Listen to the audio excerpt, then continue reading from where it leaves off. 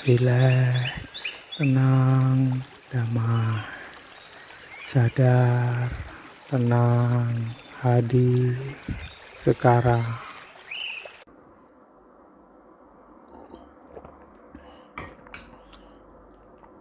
Halo Sobat RTD, salam rileks, tenang, damai. Rahayu Sagung Dumadi. Sobat RTD sudah ngopi apa ngeteh hari ini?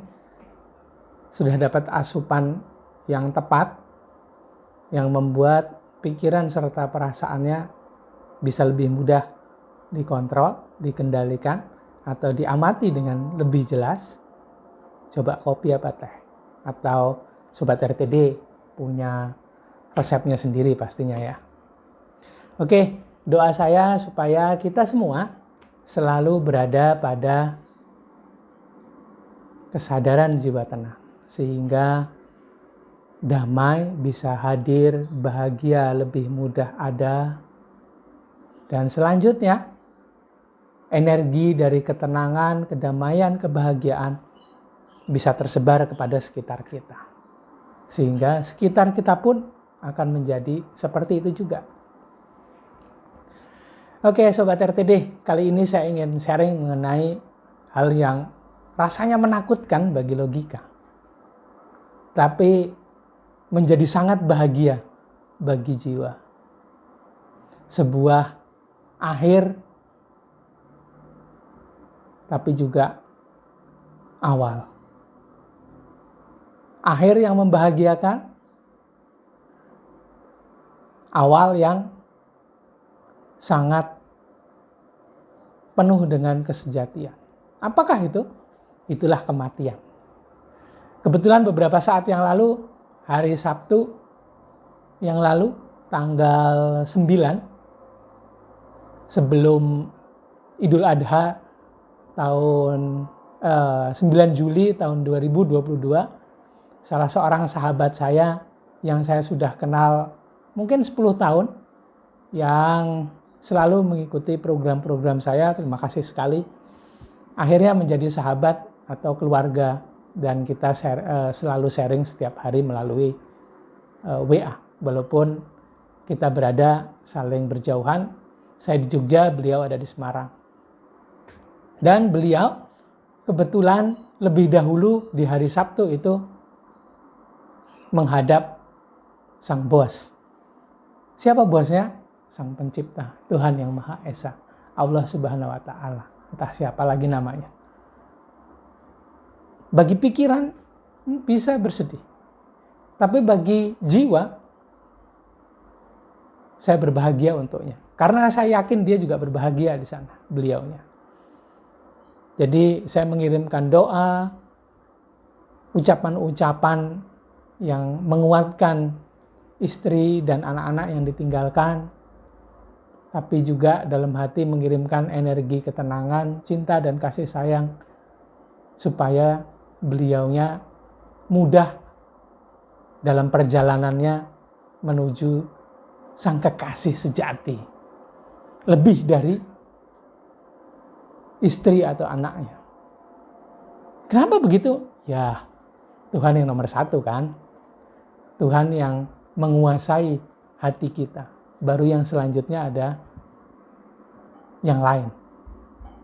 Bisa keluarga, entah itu istri, anak, atau orang tua. Entahlah. Tapi yang jelas yang nomor satu yang menjadi penguasa jiwa kita adalah Tuhan yang Maha Esa.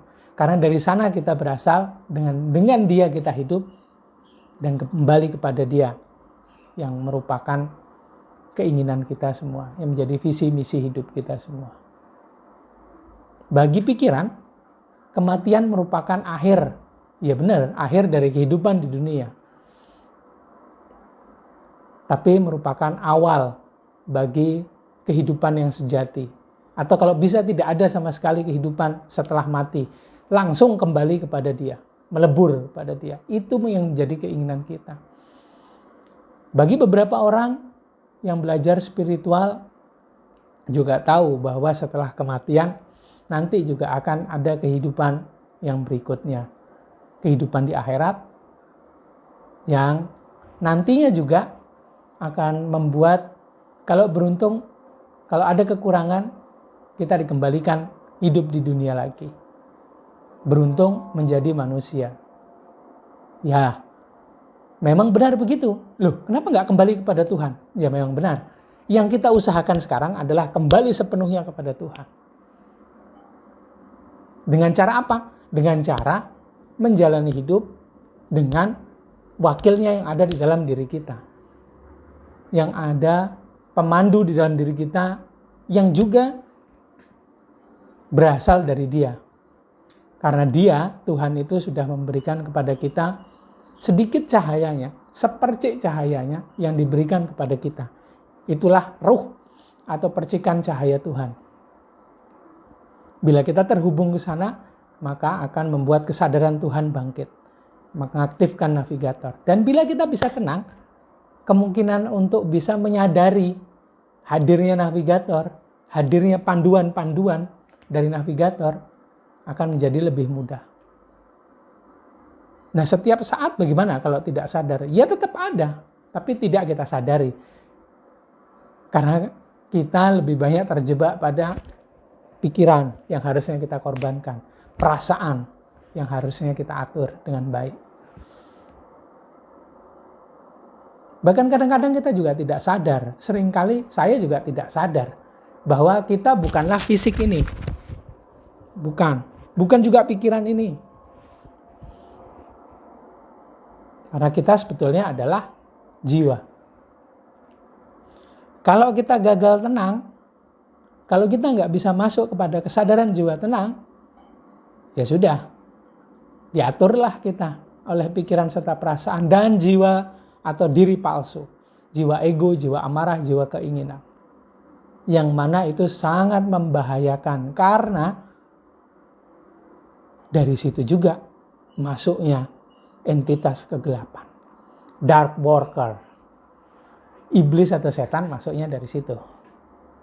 Tapi ya sudah, kita berusaha saja untuk bisa tenang, kemudian berusaha untuk mendengar, memahami, menyadari panduan-panduan dari sang navigator.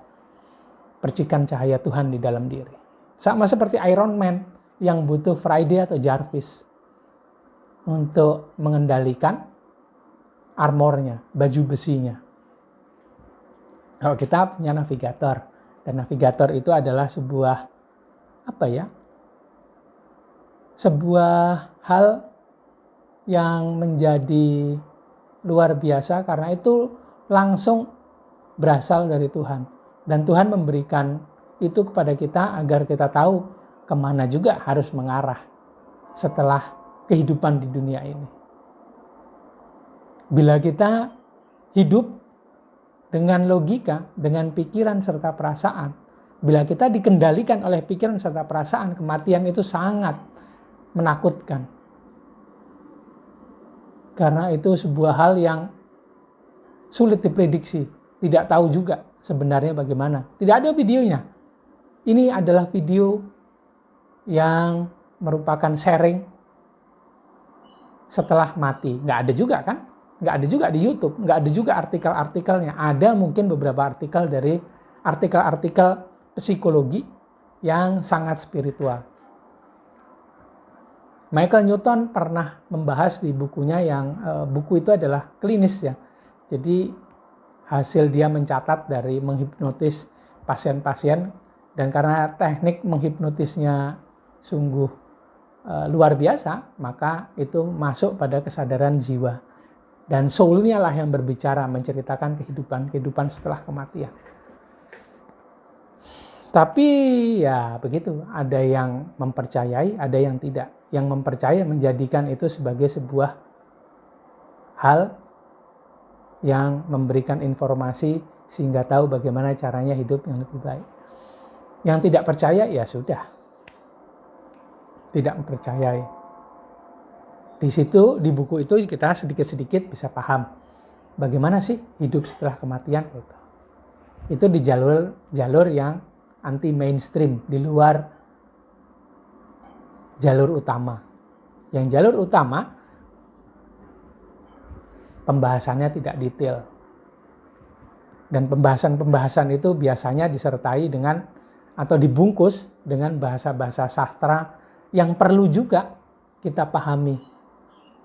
Karena itu bukan dari bahasa yang bisa kita mengerti, bukan dari bahasa ibu kita yang kita pergunakan sejak kecil. Dan bahasa itu, karena bahasa sastra, selalu ada arti di dalam kata. Di dalam arti juga ada arti yang lain yang lebih dalam lagi.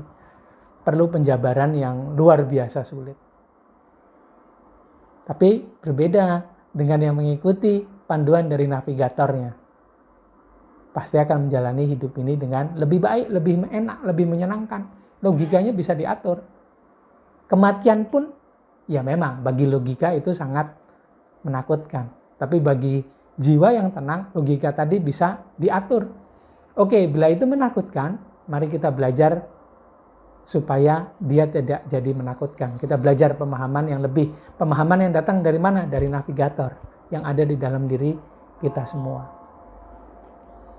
Akhirnya, bila kita mengikuti panduan dari navigator, kita akan tahu bahwa dari Tuhan kita berasal dan hidup di dunia, kita juga dengan wakilnya Tuhan yang ada di dalam diri kita sendiri. Yang tidak pernah akan off, selalu on setiap saat, selalu ada setiap saat. Tapi sayang kita jarang sadar. Saya pribadi pun begitu. Seringkali terjebak sama pikiran. Seringkali perasaan mendominasi. Perasaan yang mana? Untung gak perasaan bahagia. Perasaan baper. Baper akan hal-hal yang seharusnya tidak dipikirkan. Akhirnya perasaan serta pikiran ini menjadi satu. Berkolaborasi, selingkuh. Menaklukkan kesadaran saya. Sehingga saya hidup dalam dunia logika. Benar, salah, baik atau buruk. Gampang sekali dikendalikan kita ini.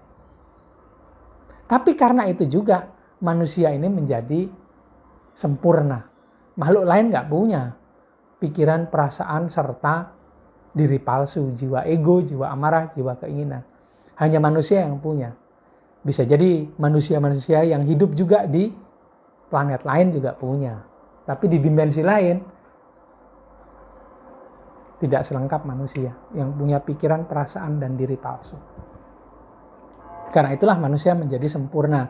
Dan karena itu juga kehidupan sebagai manusia sangat-sangat diminati oleh jiwa-jiwa yang ingin naik kelas. Jiwa-jiwa yang sekarang sedang hidup di akhirat sana. Naik kelasnya ya harus ke bumi, jadi manusia. Kenapa harus naik kelas? Kenapa harus mendewasakan jiwa? Kenapa harus memperbaiki kualitas jiwa? Supaya bisa kembali sepenuhnya kepada siapapun namanya. Tapi dari situlah kita berasal. Dari Tuhan, hidup di dunia dengan Tuhan, dan kembali kepada Tuhanlah yang kita inginkan, yang kita usahakan. Caranya gimana? Ikuti lagi, ikuti. Ikuti panduan-panduan, jangan dari saya, bukan. Jangan percaya kata saya, tapi percaya kata hatimu, percaya kata navigator. Saya bukan siapa-siapa, karena saya orang yang bodoh.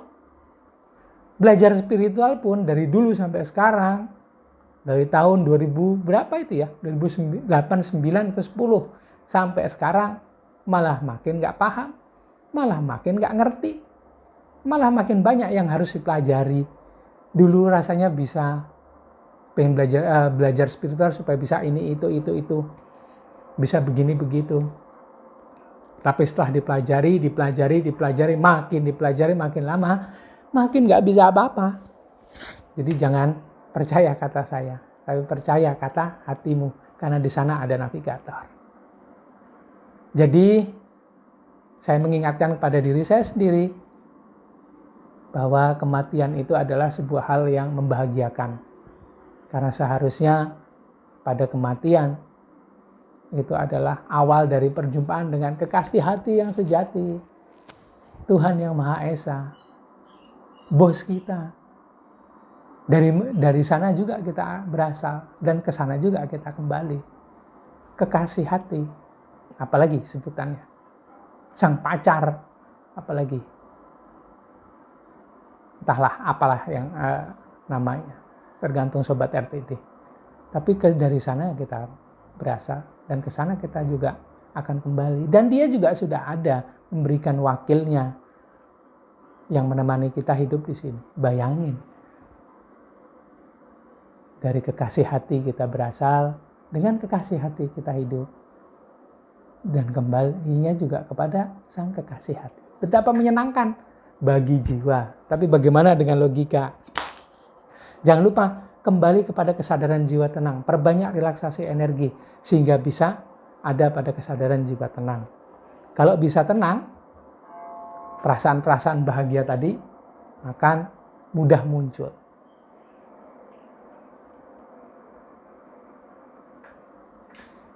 Memang sedih bagi logika, tapi bahagia bagi jiwa. Oke, Sobat RTD, kalau saya lihat skrip apa yang harus saya bicarakan, sepertinya sudah cukup. Saya mohon maaf kalau ada banyak salah dalam kata serta kalimat saya. Ini semua karena kualitas saya yang biasa-biasa saja, atau di bawahnya lagi. Saya mohon maaf sekali bila banyak salahnya. Dan please, kasih komentar di bawah. Yuk sharing saya dengan saya mengenai kematian ini. Apakah itu menakutkan? Apakah itu menyedihkan? Atau membahagiakan? Bagaimana menurut Sobat RTD? Yuk kita sharing di kolom komentar. Dan di kolom deskripsi saya berikan juga referensi-referensi artikel yang pernah saya buat yang sesuai dengan tema ini. Begitu saja. Jangan lupa lagi, please like, comment, subscribe, dan share video-video saya ya. Salam rileks, tenang, damai. Rahayu Sagung Dumadi. Doa saya, energi saya buat sahabat yang sudah bahagia di sana, yang sudah bersatu dengan penciptanya.